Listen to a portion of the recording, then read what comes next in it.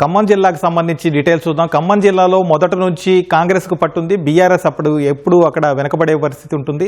అలాగే మొదటి విడత ఫలితాల్లో కూడా అదే సీన్ కనబడింది. ఇప్పుడు రెండో విడత ఫలితాల్లో ఏ విధంగా ఉంది అనేది మా ప్రతినిధి లింగయ్య నాయుడు తెలుసుకున్నాం. లింగయ్య, ఖమ్మం జిల్లాలో రెండో విడత పంచాయతీ ఎన్నికల ఫలితాలు ఏ విధంగా ఉన్నాయి? ఏ పార్టీలు ఎన్ని స్థానాల్లో గెలిచారు? ఇప్పటివరకు ఎన్ని స్థానాలకు ఫలితాలు వచ్చాయి? డీటెయిల్స్ ఏంటి? ఉమ్మడి ఖమ్మం జిల్లాలో రెండో దఫా పంచాయతీ పల్లెపూరులో కాంగ్రెస్ స్పష్టమైన ఆధిక్యం కనపరుస్తుందని చెప్పవచ్చు. దాదాపు ఎక్కువ పంచాయతీలకు, దాదాపు అన్ని పంచాయతీలకు, ఒక 4-5 పంచాయతీలు భద్రాద్రి కొత్తగూడెం జిల్లాలో 6 పంచాయతీల వరకు, అదేవిధంగా ఖమ్మం జిల్లాలో ఒక 7-8 పంచాయతీల వరకు మాత్రమే ఫలితాలు రావాల్సి ఉంది. మిగతా ఆ పంచాయతీలకు ఫలితాలు స్పష్టమైన ఆధిక్యం కాంగ్రెస్ పార్టీ బలపరిచిన అభ్యర్థులు చూపుతున్నారని చెప్పవచ్చు. ఖమ్మం జిల్లాలో మనకు ఇప్పటివరకు వచ్చిన ఫలితాల ప్రకారం దాదాపు మొత్తం 183 స్థానాలకు ఖమ్మం జిల్లాలో ఎన్నికలు జరిగితే మొత్తం ఇప్పటికీ 166 స్థానాలకు సంబంధించి ఫలితాలు కూడా ప్రకటించడం జరిగింది. ఇందులో కాంగ్రెస్ పార్టీకి సంబంధించిన అభ్యర్థులు, కాంగ్రెస్ పార్టీ బలపరిచిన అభ్యర్థులు అత్యధికంగా విజయ దుమ్దిబి మోగించారని చెప్పవచ్చు. దాదాపు 107 పంచాయతీల్లో ఇప్పటికే కాంగ్రెస్ బలపరిచిన అభ్యర్థులు గెలుపొందారు. ఆ తర్వాత స్థానంలో బీఆర్ఎస్ అభ్యర్థులు దాదాపు 37 స్థానాల్లో బీఆర్ఎస్ బలపరిచిన అభ్యర్థులు గెలుపొందారు. ఇక ఇతర పార్టీలకు సంబంధించి ముఖ్యంగా సిపిఐ, సిపిఎం పార్టీలు కూడా తమ ప్రభావాన్ని ఖచ్చితంగా ఉనికిని ఉమ్మడి ఖమ్మం జిల్లాలో చాటుకున్నాయని చెప్పవచ్చు. ఖమ్మం జిల్లాలో దాదాపు మనకు అందుతున్న సమాచారం ప్రకారం 8 నుంచి 10 స్థానాలు సిపిఎం, 8 నుంచి 10 పంచాయతీలను సిపిఎం పార్టీ గెలుచుకుంది. అదేవిధంగా ఖమ్మం జిల్లాలో 5 పంచాయతీలను సిపిఐ కూడా గెలుచుకుంది.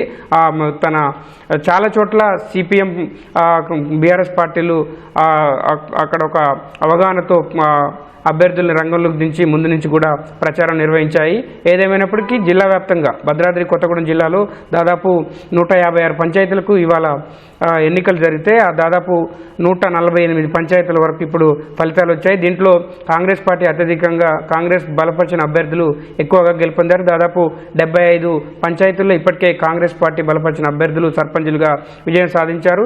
బీఆర్ఎస్ పార్టీకి సంబంధించి దాదాపు 32 పంచాయతీల్లో బీఆర్ఎస్ పార్టీ బలపరిచిన అభ్యర్థులు విజయం సాధించారు. ఆ జిల్లాలో ఎక్కువగా కమ్యూనిస్ట్ పార్టీల్లో సిపిఐ ప్రధానంగా కొత్తగూడెం నియోజకవర్గంలో జరిగిన పంచాయతీ పల్లెపూరులో ప్రధానంగా సిపిఐ స్పష్టమైన ఆధిక్యం చూపింది. దాదాపు 16 పంచాయతీలను కూడా సిపిఐ కొత్తగూడెం నియోజకవర్గ పరిధిలో గెలుచుకోవడం జరిగింది. ఇప్పుడు అశ్వరావుపేట, అదేవిధంగా కొత్తగూడెం నియోజకవర్గంలో మొత్తం 7 మండలాల్లో ఈ ఎన్నికలు జరిగాయి. అదేవిధంగా ఖమ్మం జిల్లాలోని పాలేరు, మదిర, ఇల్లెందు నియోజకవర్గంలోని కామెపల్లి మండలంలో పరిధిలో ఈ ఎన్నికలు జరిగాయి. ప్రధానంగా అశ్వరావుపేట నియోజకవర్గంలో కాంగ్రెస్కు ఒక బీఆర్ఎస్ ధీటుగానే పోటీచ్చిందని మనం స్పష్టంగా చెప్పవచ్చు. అక్కడ అభ్యర్థులు, కాంగ్రెస్ బలపరిచిన అభ్యర్థులు, బీఆర్ఎస్ బలపరిచిన అభ్యర్థులు పోటాపోటీగా పోటీ పడ్డారు, ప్రచారంలో దూసుకెళ్లారు.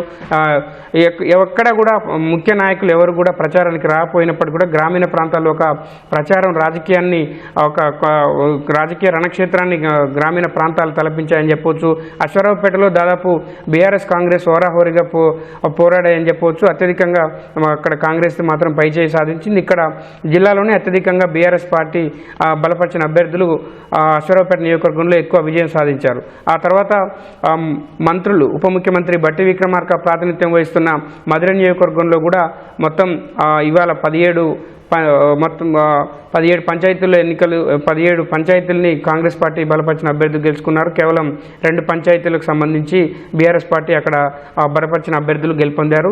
పాలేరు నియోజకవర్గంలో దాదాపు పాలేరు నియోజకవర్గం మొత్తం కూడా ఇవాళ 2వ ఫేజ్లోనే ఎలక్షన్ జరిగింది. దాదాపు 74 కాంగ్రెస్ గెలుచుకుంటే అక్కడ 29 వరకు బీఆర్ఎస్ బలపరిచిన అభ్యర్థులు గెలిచారు. ఇక్కడ కూడా ఈ పాలేరు నియోజకవర్గంలో కూడా బీఆర్ఎస్ కొంత గట్టిగానే పోటీ ఇచ్చింది. బీఆర్ఎస్ అభ్యర్థులు కూడా కాంగ్రెస్కు ధీటుగానే ప్రచారం చేశారు. ఈ గెలుపోటముల్లో కూడా ప్రభావం చూపారు. దాదాపు 29 పంచాయతీలను కూడా ఈ పల్లెపూరులో బీఆర్ఎస్ గెలుచుకోవడం జరిగింది. కొత్తగూడెం నియోజకవర్గంలో కూడా కాంగ్రెస్ పార్టీ పైచేయి సాధించిందని చెప్పవచ్చు. ఇలా ఉమ్మడి ఖమ్మం జిల్లా వ్యాప్తంగా రెండో విడత ఫలితాలు మాత్రం మళ్ళీ కాంగ్రెస్ పార్టీకి అనుకూలంగా వచ్చాయని చెప్పవచ్చు. స్పష్టమైన ఆధిక్యం కాంగ్రెస్ పార్టీ బలపరిచిన అభ్యర్థులు స్పష్టమైన ఆధిక్యం చూపారు. అన్ని జిల్లాలు, అన్ని మండలాల పరిధిలో స్పష్టమైన ఆధిక్యం చూపారు. ఇంకా కొన్ని పంచాయతీలకు, మేజర్ పంచాయతీలు దాదాపు 6 నుంచి 8 పంచాయతీలు ఖమ్మం జిల్లాలో ఫలితాలు రావాల్సి ఉన్నాయి. ఇంకా భద్రాద్రి కొత్తగూడెం జిల్లాలో కూడా 6 నుంచి 8 పంచాయతీల వరకు ఫలితాలు రావాల్సినవి. ఏదేమైనప్పటికీ ఇప్పటికీ పల్లెల్లో ఒక రాజకీయ సందడి నెలకొంది. కౌంటింగ్ కేంద్రాల వద్ద మాత్రం సందడి నెలకొంది. ఒకవైపు సంబరాలు చేసుకుంటున్నారు కార్యకర్తలు, బలపరిచిన పార్టీల అభ్యర్థులు. జనసందోహం అయితే ఆ కేంద్రాల వద్ద కిక్కిరిసిపోతుందని చెప్పవచ్చు. గెలిచిన వాళ్ళంతా కూడా అక్కడే సంబరాలు చేసుకుంటున్నారు. ఈ నేపథ్యంలోనే 2 జిల్లాల్లో కూడా ఎక్కడ ఇబ్బందులు లేకుండా, అవాంఛనీయ సంఘటనలు చోటు చేసుకోకుండా పోలీస్ శాఖ గట్టి బందోబస్తు కూడా ఏర్పాటు చేసింది. ఎక్కడికక్కడ ఏవైతే సమస్యాత్మక ప్రాంతాలు కూడా ఖమ్మం, భద్రాద్రి కొత్తగూడెం జిల్లాలో పోలింగ్ కేంద్రాలు సమస్యాత్మకమైనవి కూడా గుర్తించారు. ఆ సమస్యాత్మక పోలింగ్ కేంద్రాల్లో ప్రత్యేకంగా పోలీసు బృందాలను రంగంలోకి దించి అక్కడ ఎక్కడ ఎటువంటి ఇబ్బందులు జరగకుండా మాత్రం చూశారు. పోలింగ్ ప్రక్రియ ప్రశాంతంగా జరిగింది.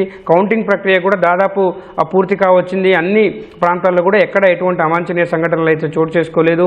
పల్లెల్లో ఒక రాజకీయంగా ఈ ఎన్నికల కోలాహలం, అదేవిధంగా కౌంటింగ్ కేంద్రాల వద్ద కూడా ఒక కోలాహలం, రాజకీయ సందడి అయితే నెలకొంది.